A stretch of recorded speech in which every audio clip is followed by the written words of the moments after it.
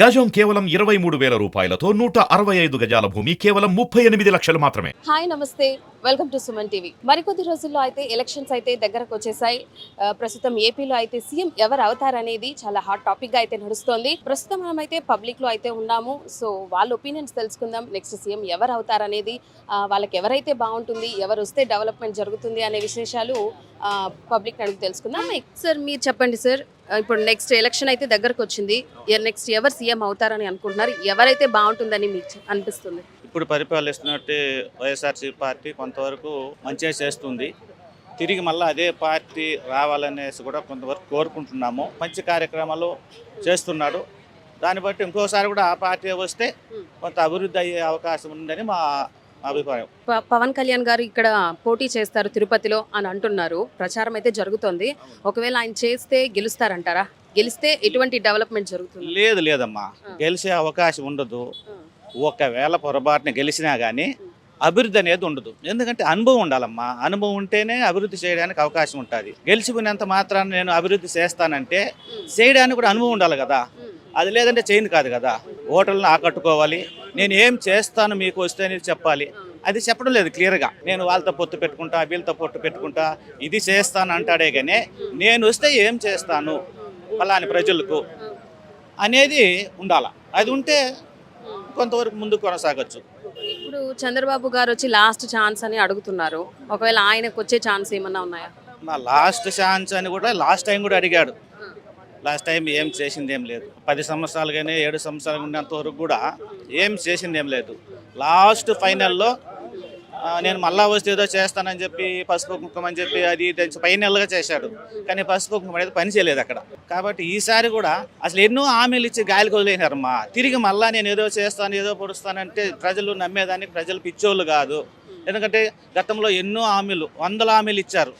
కానీ దాంట్లో ఎన్ని తీర్చారు ఎన్ని తీర్చలేదని వాళ్ళ మనస్సాక్షికి తెలుస్తుంది. కాబట్టి ప్రజలేం పిచ్చోళ్ళు కాదు. ప్రతి విషయాన్ని కూడా ఆలోచిస్తారు. ఎందుకంటే టెక్నాలజీ పెరిగిపోయింది. ప్రజల్లో ఏ మెసేజ్ పోతా ఉంది, నిజం జరుగుతూ ఉందా అబద్ధం జరుగుతూ ఉంది అనేది క్లియర్గా తెలుస్తుంది. ఓకే సార్, అంటే మొత్తానికి ఇప్పుడున్న గవర్నమెంట్ మనకు అన్ని చేస్తుంది. చేస్తుందండి.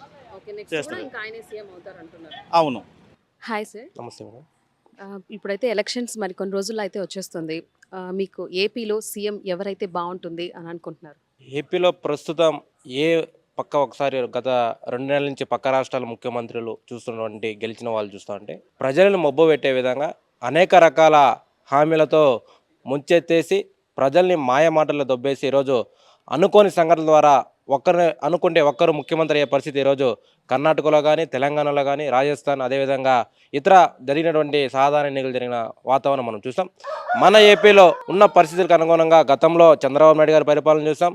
ఒక్క ఛాన్స్ అని చెప్పి జగన్మోహన్ రెడ్డి గారి పరిపాలన ప్రస్తుతం చూస్తున్నాం.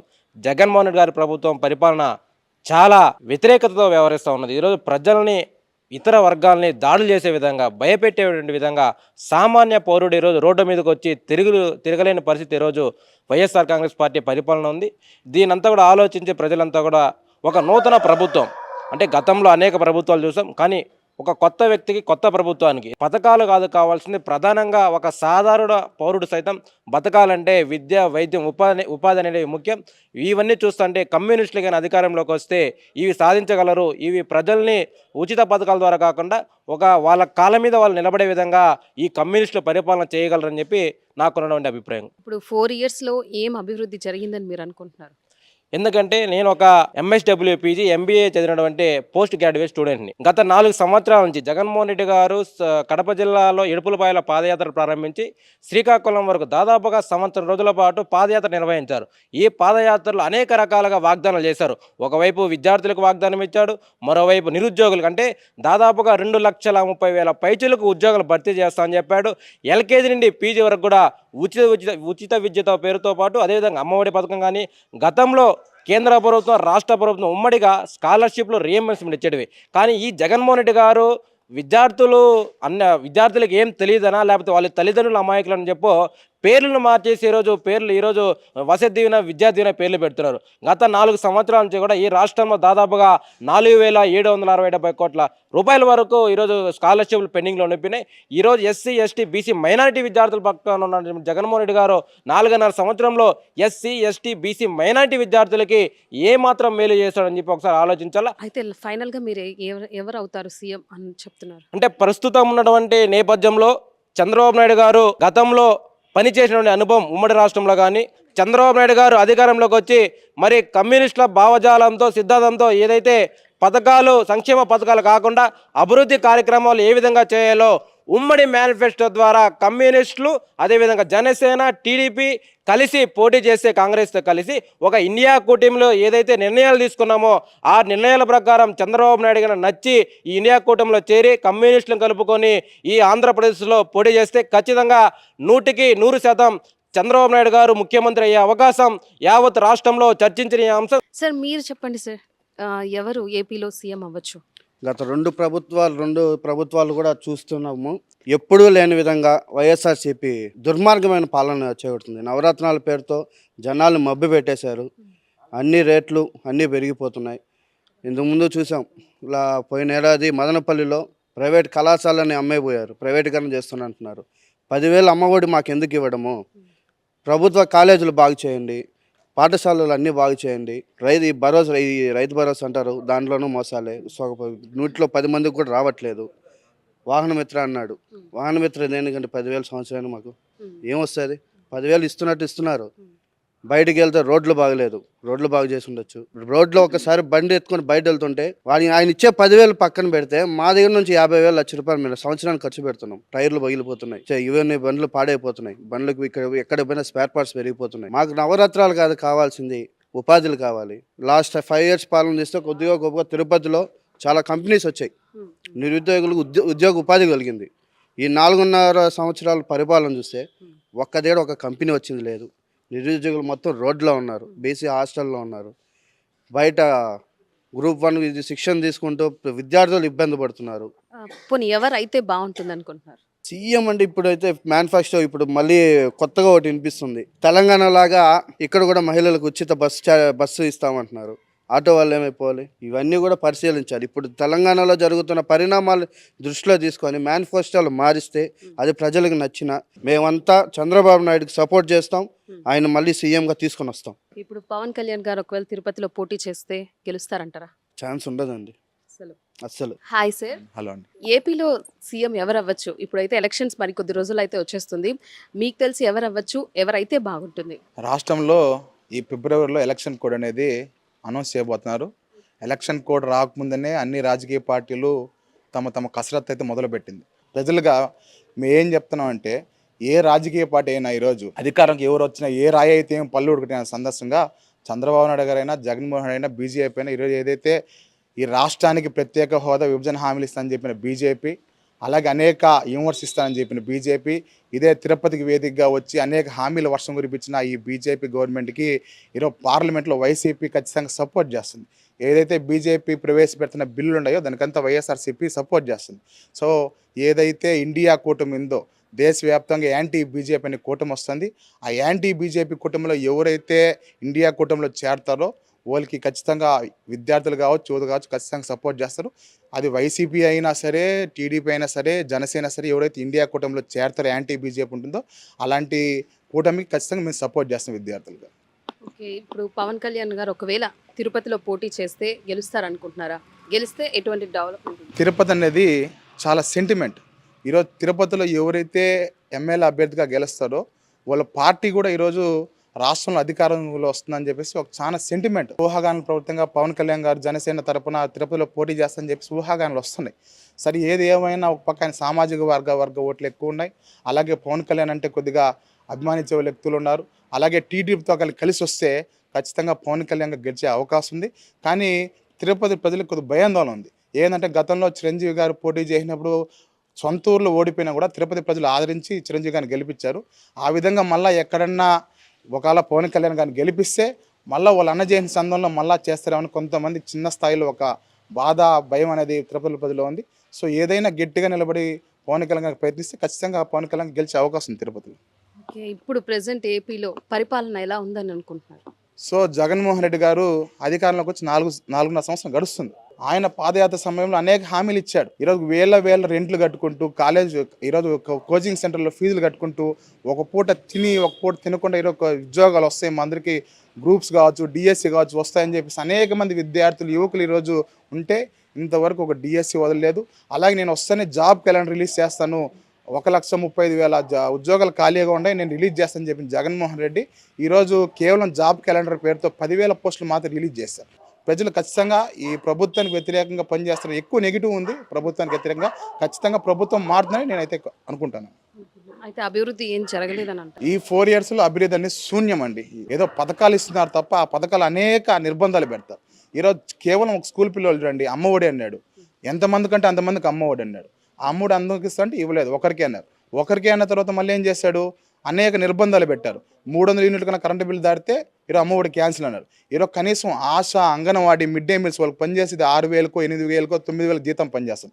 అలాంటి అవుట్ సోర్సింగ్ కార్మికులు వాళ్ళ పిల్లలు కూడా అమ్మఒడి క్యాన్సిల్ అన్నారు. ఈరోజు 4-wheeler ట్యాక్సీ ఉంటుంది, ట్యాక్సీ చేసిన వాళ్ళ పిల్లలకి అమ్మఒడి క్యాన్సిల్ అంటారు. ఈ విధంగా అనేక నిర్బంధాలు పెడితే అమ్మఒడి క్యాన్సిల్ చేస్తున్నారు. అలాగే జేవిడి అన్నారు, వసతి దీవెన అన్నారు. ఫస్ట్ టర్మ్ వేస్తాడు, 2వ టర్మ్ వేస్తాడు, 3వ టర్మ్ వేస్తాడు, 4వ టర్మ్ గోవిందా అని ఎత్తేస్తాడు. ఆ 4వ టర్మ్ ఫీజు మనం కట్టుకోవాల్సి వస్తుంది. అలాగే జగనన్న వసతి దీవెన 10,000 వేస్తాడు, 10,000 ఎకనామీ కొడతాం. సో ఈఎంఐ పద్ధతిలో ఈ విధంగా కాలేజ్ ఫీజు కట్టించుకుంటాం అనేది చాలా ఇది. అభివృద్ధి అనేది అంటే ఈరోజు అమ్మ అకౌంట్లో డబ్బులు వేయడము లేకుంటే ఇంకోటి కాదు. ప్రజలు అంబేద్కర్ ఏం చెప్పారంటే అద్దాల మేళ్ళు రంగు గోడలు కాదు, ఒక పౌరుని అభివృద్ధే దేశ అభివృద్ధి అని చెప్పారు అంబేద్కర్. అది ఎంప్లాయ్మెంట్ కావాలా, ఎంప్లాయ్మెంట్ ఇస్తే తప్ప ఈరోజు అభివృద్ధి అనేది కాదు. కాబట్టి సంక్షేమ పథకాలు పక్కన పెట్టి ఎంప్లాయ్మెంట్ చేయాలని చెప్పి మేము కోరుకుంటాం. Thank you sir. నమస్తే సార్. నమస్తే అమ్మా. సార్, మరి కొద్ది రోజులు అయితే ఎలక్షన్స్ అయితే వచ్చేస్తుంది. నెక్స్ట్ ఏపీలో సీఎం ఎవరు అవ్వచ్చు అనుకుంటున్నారు? ఎవరైతే బాగుంటుంది అనుకుంటున్నారు? ముఖ్యంగా కమ్యూనిస్టులు అయితే పరిపాలన బాగుంటుంది అనుకుంటాం. అయితే అవకాశం లేదు కాబట్టి ఇప్పుడుండే పరిస్థితుల్లో అంటే ఈ రాష్ట్రం 30 సంవత్సరం వెనక్కి వెళ్ళింది. దీన్ని బాగు చేయాలంటే చంద్రబాబు నాయుడు అటువంటి ఒక నిర్దిష్టమైన నాయకుడు వస్తే పరిపాలన కొద్దిగా అవకాశం ఉండదు. ఎందుకంటే జగన్మోహన్ రెడ్డి అతను ఏదో బటన్ నొక్కుతున్నాను ప్రజలకు చేస్తున్నాను అని చెప్తున్నాడు. ఇంకా 30 ఏళ్ళు వెనక్కి చేసే పరిస్థితికి వచ్చినాడు. అంటే రెవెన్యూ ఆధిక్యం లేకుండా పరిపాలన చేయడంలో ఏ ముఖ్యమంత్రి చేయలేని పరిస్థితి. అంటే ఇప్పుడు 4 yearsలో అసలు ఏం అభివృద్ధి జరగలేదంటారా? అభివృద్ధి పేరు చెప్తున్నాడు, ఎక్కడ ఒకసారి చెప్దాం. అభివృద్ధి చేయడానికి నీకు ఆధిక్యం ఎక్కడి నుంచి వస్తుంది? రెవెన్యూ లేకుండా అభివృద్ధి అనేది ఎట్లా వస్తుంది? అంటే అప్పులు తెచ్చి మా మీద పెట్టి నువ్వు ఇప్పుడు వీరు అభివృద్ధి అని చెప్తున్నారు, బాండ్లు ఒకటి ఇస్తున్నారు, వాళ్ళకి ఇచ్చేసి దాన్ని అభివృద్ధి అనుకుంటాం. పరిపాలన రాకముందు నేను అయిన వెంటనే నెక్స్ట్ 2004లో మిమ్మల్ని ఓట్లాడతానంటే మద్యపానం పూర్తిగా నిషేధం చేస్తామన్నాడు. అంటే అయ్యిందా? దానిపైనే మద్యాన్ని డబల్ రేట్, త్రిబుల్ రేట్ పెట్టి ప్రజల్ని అటాపాతాలకు లొక్కేస్తున్నాడు. ఎందుకంటే రోగాలతో ముందు కూడా మంచి ముందు కూడా కాదు, ప్రజలు చాలా ఇబ్బంది పరిస్థితి. ఎందుకంటే అలవాటు పడిపోయినారు, దానికి అటాపోయినారు. కాబట్టి ఆయన దాన్ని ఆసరా తీసుకొని తన సొంత బ్రాండ్లతో ప్రజల్ని ఇబ్బంది పడే పరిస్థితి వస్తున్నారు. ఇంకోటి అన్నీ మీకు బట్టలు నొక్కేస్తానంటున్నాడు. 10 రూపాయలు వేస్తున్నావు, 100 రూపాయలు పెరుక్కుంటున్నావు. దీంట్లో ప్రజానికి అందరూ కూడా గుర్తిస్తున్నారు, చూస్తున్నారు. ఏదో ఆకాశంలో మేడలు కట్టేసి అన్ని చేస్తానని చెప్పే కళ్ళబొల్ల మాటలు చాలా అవాస్తవాలు. ఖచ్చితంగా ఆయన పరిపాలనకు అనర్హుడు. ఇప్పుడు పవన్ కళ్యాణ్ గారు ఒకవేళ తిరుపతిలో పోటీ చేస్తే ప్రచారం అయితే జరుగుతోంది, ఒకవేళ చేస్తే గెలుస్తారంటారా? గెలిస్తే డెవలప్మెంట్ ఎలా ఉంటుంది? ఖచ్చితంగా పవన్ కళ్యాణ్ కొద్దిగా అతను జనాల దగ్గరగా ఉండాలని ఆలోచన కలుగుతున్నాడు. ఇప్పుడే చూడలేం అతను పరిపాలన అంటే తిరుపతిలో గెలిస్తుంటే కమ్యూనిటీ బాగుంది. ఖచ్చితంగా వాళ్ళ అన్న కూడా పోటీ చేశాడు, ఇక్కడ గెలిచాడు. కానీ కొద్ది రోజులకు వెళ్ళిపోయాడు. అదొక ఇబ్బంది తప్ప పవన్ కళ్యాణ్ అంటే సిన్సియర్ లీడరు వస్తేనే తిరుపతిలో బాగుంటుంది. పవన్ కళ్యాణ్ నిలబడితే, ఎందుకంటే టీడీపీలో కూడా అనేక మంది కొట్లాడుతున్నారు, 10 మంది 15 మంది దాకా ఎమ్మెల్యేలు కొట్లాడుతున్నారు. ఇంక తెలివిగా చంద్రబాబు నాయుడు గారు పవన్ కళ్యాణ్కి చేసి ఇబ్బంది ఉండదు అని అనుకున్నాడు. కాబట్టి పవన్ కళ్యాణ్ బెస్ట్ తిరుపతి. ఓకే, ఇక్కడైతే ఆయన సీఎంగా అయితే చంద్రబాబు నాయుడే. ఎందుకంటే జగన్మోహన్ రెడ్డికి పవన్ కళ్యాణ్కి కొంత మెచ్యూరిటీ రావాలా, రాజకీయ అనుభవం కావాలి. కాబట్టి చంద్రబాబు నాయుడు అయితే రాష్ట్రాన్ని, మనకు రాజధాని లేదు, 10 ఏళ్ళు ఉమ్మడి రాష్ట్రంలో 10 ఏళ్ళుగా మనకు హైదరాబాద్ రాజధాని పెట్టుకునే ఉంది అనుకుని కూడా దాన్ని అడిగే పరిస్థితులు. ఇప్పుడు ఇంకోటి ఏంటి, మన మోడీ గారితో ములాఖతు పెట్టుకొని ఒక్కరోజు కూడా ప్రత్యేక హోదా పైన జగన్మోహన్ మాట్లాడాలి. 25 మంది ఎంపీలు ఉన్నా రేపు 24లో ఖచ్చితంగా నువ్వు ఎంత చేసినా దీన్ని హుమ్ములింది మాత్రం చెల్లించుకునే దగ్గర ఖచ్చితంగా గ్యారంటీ. Thank you sir. నమస్తే సార్. నమస్తే సార్, ఎలక్షన్స్ అయితే మరి కొద్ది రోజుల్లో వచ్చేస్తుంది. నెక్స్ట్ ఏపీలో సీఎం ఎవరు అవుతారు అనుకుంటున్నారు? ఖచ్చితంగా ఉమ్మడి అభ్యర్థిగా చంద్రబాబు నాయుడు గారు సీఎం అవుతారు, దాంట్లో ఎటువంటి డోకా లేదు. ఇప్పుడు జగన్ గారి పరిపాలన అయితే ఎలా జరుగుతుంది? ఆయనే రావచ్చు కదా. జగన్మోహన్ రెడ్డి సంక్షేమ పథకాలతో ఓట్లు వస్తాయని అనుకుంటున్నాడు. బట్ వ్యతిరేక పద్ధతిలో మాట్లాడే వాళ్ళు ఎవరైతే ఉన్నారో వాళ్ళందరినీ కూడా ఇబ్బందికరంగా వాతావరణం పెడుతున్నారు కాబట్టి ఎవరు కూడా పబ్లిక్ ముందుకు వచ్చి చెప్పే పరిస్థితులు లేవు. ఇవన్నీ పబ్లిక్ అంతా కూడా ఓట్ బ్యాలెట్ ఏదైతే ఉందో ఆ బ్యాలెట్లో చూపిస్తారు ఆయన మీద ఉన్న వ్యతిరేకత అవంతా కూడా. ఇప్పుడు పవన్ కళ్యాణ్ గారు తిరుపతిలో పోటీ చేస్తారని ప్రచారం జరుగుతుంది. ఒకవేళ ఆయన చేస్తే గెలుస్తారంటారా? తిరుపతిలో పవన్ కళ్యాణే కాదు, ఇంతకు ముందు రామారావు గారు కొత్త పార్టీ పెట్టినప్పుడు ఆయన నిలబడ్డాడు, ఆయన గెలిచాడు. వాళ్ళ అన్న పార్టీ పెట్టాడు, వాళ్ళ అన్న ఇక్కడ నిలబడి గెలిచాడు. ఈరోజు పవన్ కళ్యాణ్ నిలబడ్డా కూడా గెలుస్తాడు. ఎందుకనంటే వాళ్ళ సామాజిక వర్గం తిరుపతి నగరంలో ఎక్కువ ఉంది కాబట్టి అవి ఎక్కువ అవకాశాలు ఉన్నాయి. ఇప్పుడు ఫైనల్గా అయితే చంద్రబాబు గారు అంటే వాళ్ళకి ఇంకా అభ్యర్థి చెప్పలేదని అంటున్నారా? అవును, అది తిరకాస్తుగానే ఉంది. వాళ్ళు పార్టీ అధ్యక్షులే ఇప్పుడు పార్టీ అధ్యక్షులు అటు చంద్రబాబు నేను సీఎం అని చెప్పలేదు, అటు పవన్ కళ్యాణ్ నేను సీఎం అని చెప్పలేదు. కింద చాలా మంది చాలా రకాలుగా మాట్లాడుకుంటారు. అయితే టీడీపీ ఛాన్సెస్ ఉన్నాయి అంటారు. అంతే 90%. చెప్పండి సార్, నెక్స్ట్ సీఎం ఎవరైతే బాగుంటుంది, ఎవరు అవుతారు మీకు తెలుసు? అమ్మా, నేను MRPS national general secretary Varadarajulu నా పేరు. గత 30 సంవత్సరాలుగా కూడా మేము ఎస్సీ వర్గీకరణతో పాటు రాజకీయంగా కూడా మా సామాజిక వర్గం రావాలా, వాళ్లకు సీట్లు కేటాయించాలా, ఇట్లా వర్గీకరణతో పాటు అన్ని రాజకీయ పార్టీల్లో కూడా ఏ పార్టీ అయితే మాకు సమానమైన అసెంబ్లీ స్థానాలు కావచ్చు, పార్లమెంటు స్థానాలు కావచ్చు, మాకు ఎస్సీ రిజర్వ్డ్ స్థానాల్లో సమానంగా ఇవ్వాలని ఒక డిమాండ్తో అయితే మేము పోరాటాలు కొనసాగిస్తూనే ఉన్నాం. కానీ అందులో ఏది కూడా మాకు ఫలితాలు లేని కారణంగా చాలా మా సామాజిక వర్గం మొత్తం కూడా చాలా ఇబ్బందికి గురవుతున్నాం. ఉమ్మడి రాష్ట్రంగా ఉన్నప్పుడు ఎన్టీ రామారావు అప్పటి ముఖ్యమంత్రి గారు మా సామాజిక వర్గానికి అంత ఎంతో సీట్లు కేటాయించి చిత్తూరు జిల్లాలో పట్నం సుబ్బయ్య అనే అతనికి 3 పర్యాయాలు టికెట్లు ఇచ్చి ఆయన గెలిపించుకొని ఆయన మంత్రివర్గ స్థానంలో కల్పించినటువంటి మహానుభావుడు. తర్వాత కూడా మేము అసెంబ్లీ స్థానాలు కావచ్చు, ఎంపీ స్థానాలు కావచ్చు, మేము పార్టీల వైపు ఎంత చొరబడినా కానీ మాకు కేటాయింపులో శూన్యమే జరుగుతూ ఉంది. కాబట్టి ఇప్పుడున్నటువంటి విషయాలు తీసుకుంటే మా సామాజిక వర్గంలో ఆంధ్రప్రదేశ్ విడిపోయిన తర్వాత 29 అసెంబ్లీ స్థానాలు రిజర్వ్డ్ స్థానాలు ఉన్నాయి, 4 ఎంపీ స్థానాలు ఉన్నాయి. దీంట్లో 15 స్థానాలు రాష్ట్ర వ్యాప్తంగా కూడా మాకు 15 స్థానాలు అసెంబ్లీ స్థానాలు కేటాయించాలి, 2 ఎంపీ స్థానాలు కేటాయించాలి. మా సామాజిక వర్గానికి సీట్లు కేటాయించి ఏ పార్టీ అయితే మమ్మల్ని రాజకీయంగా వాడుకునేదానికి సిద్ధపడతారో ఆ పార్టీలకు మేము గుర్తింపిస్తాం, ఆ పార్టీలకు మేము పనిచేస్తాం.